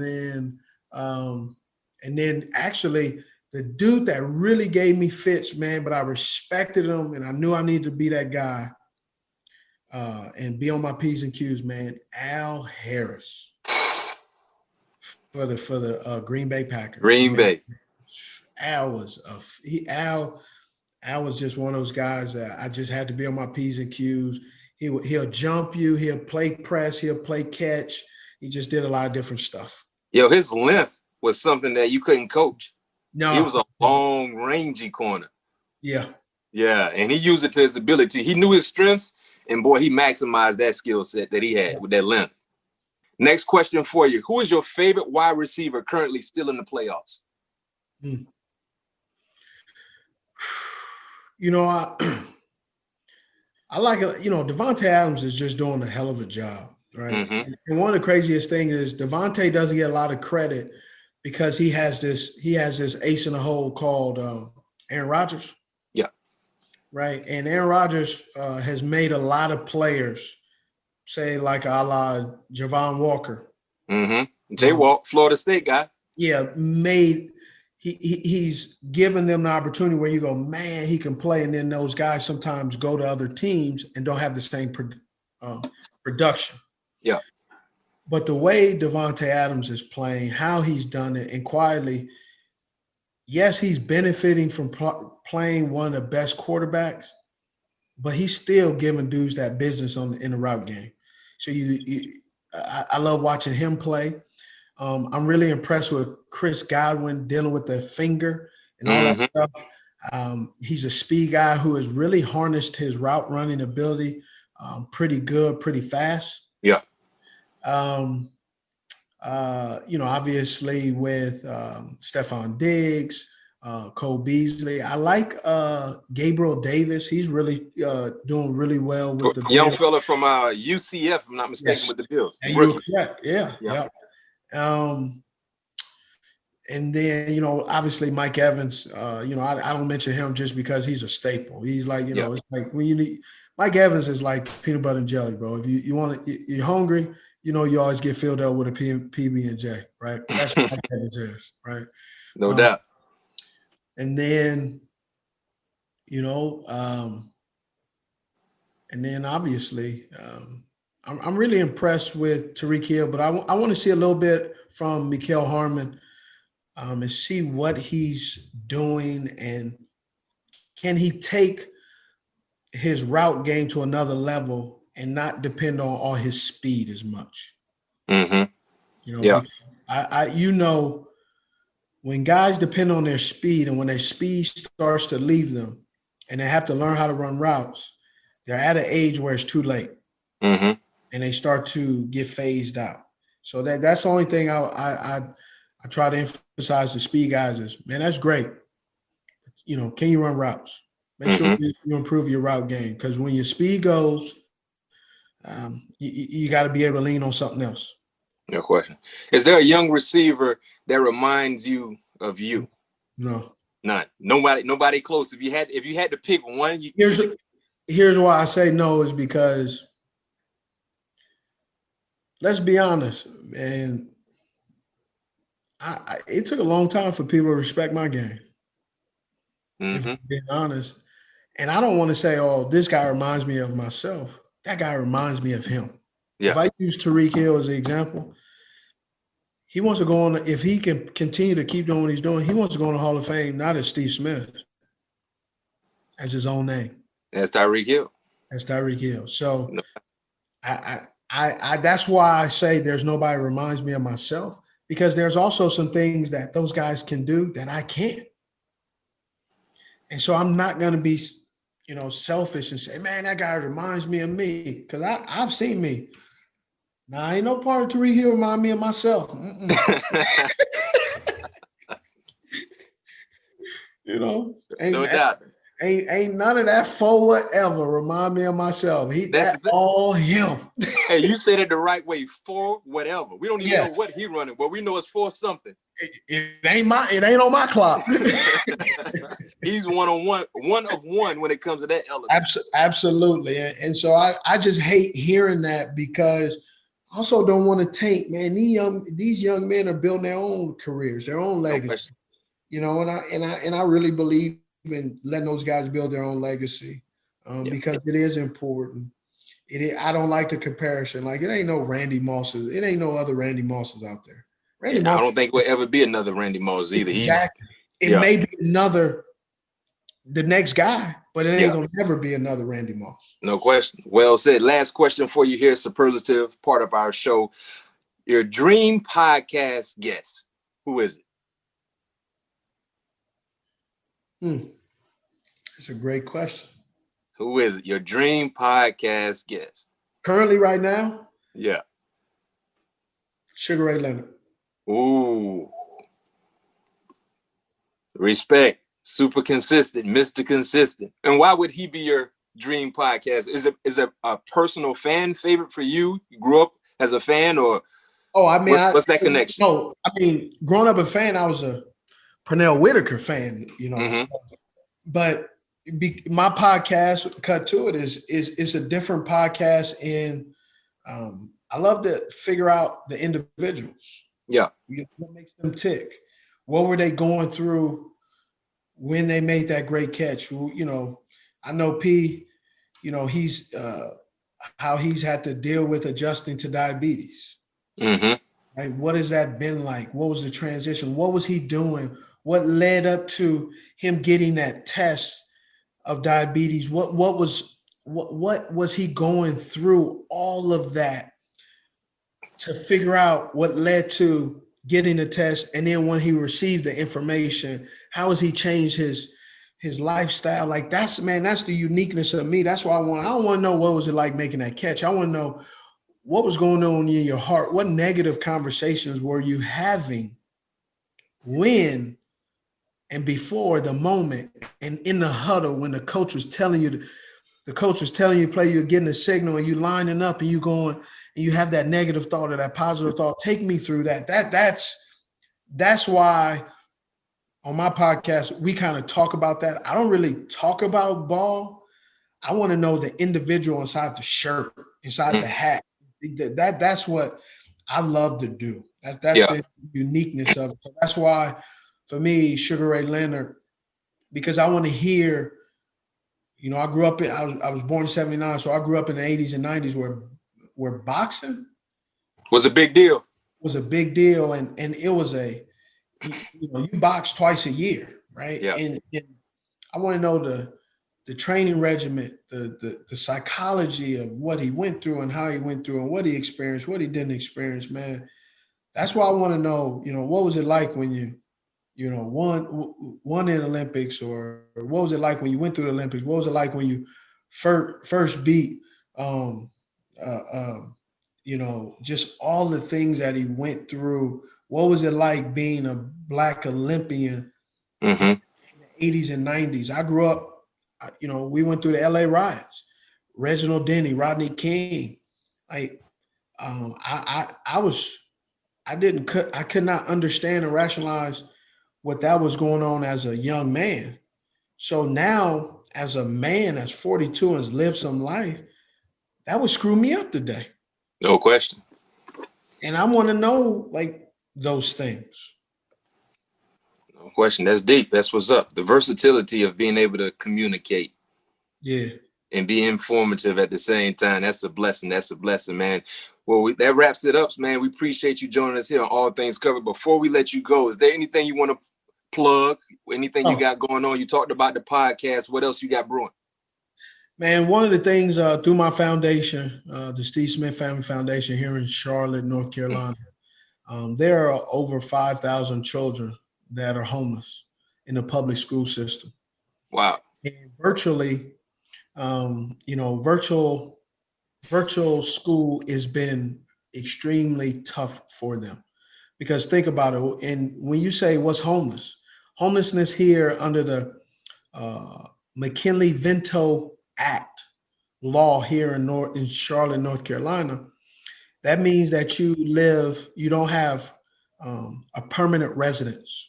You either live with a family member, you're sleeping in a car, you're living in a extended stay, a hotel, motel. And so we have taken on the responsibility of, we've rented out some office space, and now we have the luxury of renting out a part of a school here in North Carolina. And we are providing, with the CDC guidelines, enough space, social distancing, but we have staffed about 12 to 14 teachers' assistants who now have jobs, who are laid off, and they're helping these kids learn virtually and figure out, because usually when these kids are going in the summertime, when it's called the summer layoff, well, they usually lose they say it's equivalent. Statistics tell us that the 2 months that they're off for summer break, it gives you about 4 months of lack of education. Wow. So this pandemic hit. How many months, bro? They're in years. We got first graders who can't count to 20. Wow. And we got kindergartners who can't count to 10. And they're virtually trying to figure it out. And so we have teamed up and partnered with the local community and with people and with CMS, Charlotte Mecklenburg School System, to give these homeless kids, an opportunity to get education, to learn, to not fall behind even more than they already are. And so that's what we're doing here in Charlotte, through my foundation, through some great people. And to be honest, bro, it's literally like almost a $500,000 project. Wow. Because we're feeding these kids, because we're also providing lunch and breakfast, because Yeah. We're also cleaning up and making sure that we have had 0 cases at our virtual learning academy. Mm-hmm. And we also are employing people who haven't had jobs because there's no schools for them to go to. Wow. Right. And our philosophy and our mission statement for our virtual school is math and reading transforms lives. Mm-hmm. And so that's what we're doing. I think it's important because I know the struggle here in Charlotte. The kids in Charlotte aren't the only people that's struggling. No question. So that's what we're doing. And and I encourage people to figure out what's going on in your school district. Yeah. Where these kids getting meals, where they getting served. And also too, I don't know if you know, but do you know how penitentiaries get the statistics to keep growing and building more penitentiaries? By 3rd grade testing scores. They know that. They know your third grade testing scores. They know that if you're struggling in the 3rd grade, what's the chances of you improving in high school? It isn't. Mm-hmm. That's how they're getting their statistics. So, so it's just not, looking the part, man, making sure you're doing your part, giving these young men and women an opportunity to get educated, to really go and be effective, because the kids in this generation with COVID-19 right now, they don't feel like they can be the generation that prevailed through COVID-19. They feel like they're the worst generation, but they actually are the generation that can change because they have dealt with unprecedented times. Yep. But they don't feel that way, and we need to support them and get them to know, because when me and you get old, those are the kids that are going to be looking out for us and improving and being the next scientist and being the next president and being the next lawyer, district attorney, senators, and congressmen. Mm-hmm. No doubt. That's a good thing. What's the website? Steve Smith Family, or Steve Smith FDN.org. Okay. There you have it, listeners and viewers. Make sure you give Steve Smith a check out, man. That's a real unique thing you're doing there. And hopefully, that can spread throughout our country, because there are a lot of kids that are in dire need of that type of help and attention that you're giving them. So I know the people in Charlotte are loving what you're doing, and they'll support you 110%. Before I let you go, though, you're analyst now in the media game. I need to hear your picks for this upcoming championship weekend, AFC championship game. We got Kansas City hosting Buffalo. NFC, you got Green Bay hosting Tampa. Who you riding with? Well, I only person I'm really riding with, because I've. Who you pick? Who do you think will win? Who do you think will win? I'm going with Bills Mafia, because I jumped on the bandwagon, and they gave me, like, my seat heats up and cools down like business class. They gave me a great, comfortable leather seat for Bills Mafia. So I'm on a Bills Mafia bandwagon, right? It's okay. This leather chair, they gave me that. Like, okay. I need to get on the bandwagon too, so I can get a leather chair from Bills Mafia. Hey, it is all taken up. No more. Ain't no room. Right. Right. Obviously with Patrick Mahomes, you don't know his status is up in the air, but if he's in the game, it's gonna get interesting, right? No question. And then also with the Buffalo, with the NFC, I put my foot in my mouth earlier this year in December when the Bucs pounced the Lions, and I made the statement that they're going to get bounced out of the playoffs. Mm-hmm. So as I take my foot out of my mouth, I have to say I go with the Bucs because of what they've done, how they've played. I mean, if Davante White is playing like this because he's a Pro Bowl snub him every year, because this boy is sideline to sideline. He played on a mission. He was okay. Yeah, no question. balling. So I've never seen the Bucs play their defense play this consistent for 4 quarters. Yeah. I mean, right now, you look at Devin and Levante, they might be the best duo of linebackers in the National Football League. And they play with a personal edge, especially White. It's personal. That game against the Saints, he had it on his mind. Yep. He had it on his mind. And then they're supposed to be getting back Vita Vea. Yes. I saw. The anchor of their defense, the anchor. Yeah. So, but here's the best part about the playoffs. You don't know what's going to happen. Anything can happen. Anything. Anything. Yeah. You got to expect the unexpected. Yeah, you do. Hey, yeah. Legends are made in January and February, brother. No question. No question. But Steve, like I said, man, it's an honor, man. Big homie, keep doing what you're doing. When it comes to the game of football and when it comes to socially, you know what I mean? Changing the communities, man. It's a pleasure having you here on All Things Covered. So you got Buffalo, you got Tampa to win it all. And if that happens, I got to get your input about the Super Bowl. No.